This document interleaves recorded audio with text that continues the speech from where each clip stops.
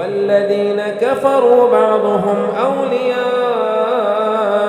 بعض إلا تفعلوه تكن فتنة في الأرض وفساد كبير. والذين آمنوا وهاجروا وجاهدوا في سبيل الله والذين آووا ونصروا أولئك هم المؤمنون حقا لهم مغفرة ورزق كريم. والذين آمنوا من بعد وهاجروا وجاهدوا معكم فأولئك منكم وأولو الأرحام بعضهم أولى ببعض في كتاب الله